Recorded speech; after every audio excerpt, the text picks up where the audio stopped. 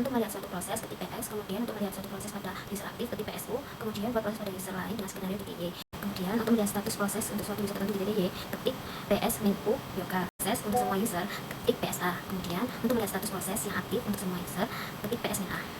Jadi untuk membuat proses foreground looping, kita perlu mengetikkan perintah dengan yes, maka akan tampil semua.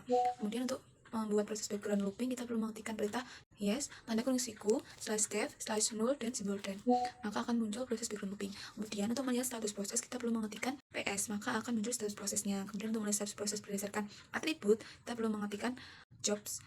Kemudian untuk kombinasinya, untuk mengetikkan suatu proses berdasarkan PID, kita perlu mengetikkan file 30786, kemudian ketik jobs. Selanjutnya ada parent dan child. Untuk menampilkan semua proses, baik yang aktif maupun tidak aktif secara hierarki, kita bisa menggunakan PS min EH. Untuk menampilkan semua proses baik yang aktif maupun tidak aktif secara simbiolis, kita bisa menggunakan PS min EF. Untuk menampilkan semua proses baik yang aktif maupun tidak aktif secara grafik pohon, kita bisa menggunakan PST. Yang terakhir, untuk menampilkan semua proses baik yang aktif maupun tidak aktif secara grafik pohon misalnya PID, kita bisa menggunakan PSI min P. Untuk melakukan monitoring semua proses dengan perintah home, yoga, stop.